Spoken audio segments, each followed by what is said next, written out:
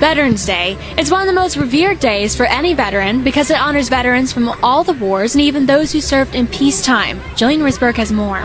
This annual Day of Remembrance is an important time to thank our veterans for their selfless acts and sacrifice. I'm here in the World War II section of the Veterans Museum that has a direct link to the American Legion Veterans Cemetery. We invite people to come out, especially if you have a loved one buried there.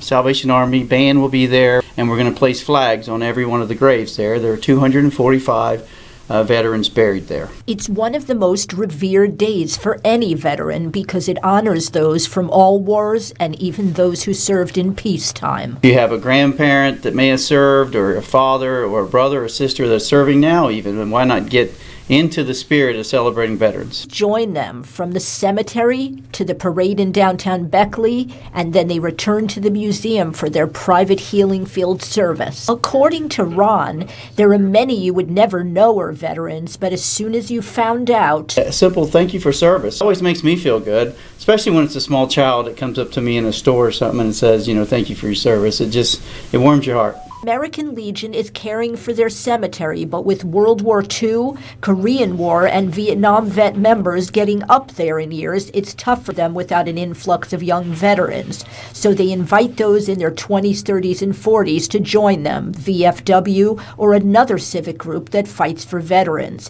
It's good to keep those organizations alive and full. So we're asking for veterans to start to get more involved and pick up what those guys started from the World War I, when the American Legion was started, to World War II, Korea, Vietnam, and all the Gulf Wars. Ron says they're trying to get an endowment started for the cemetery. The Beckley Area Foundation is going to manage it once it reaches $10,000, and that'll be for life. Hopefully that will take care of the cemetery and preserve it so that future veterans can be buried there, and those that are there now can be honored forever. At the Veterans Museum in Beckley, Jillian Risberg for Newswatch.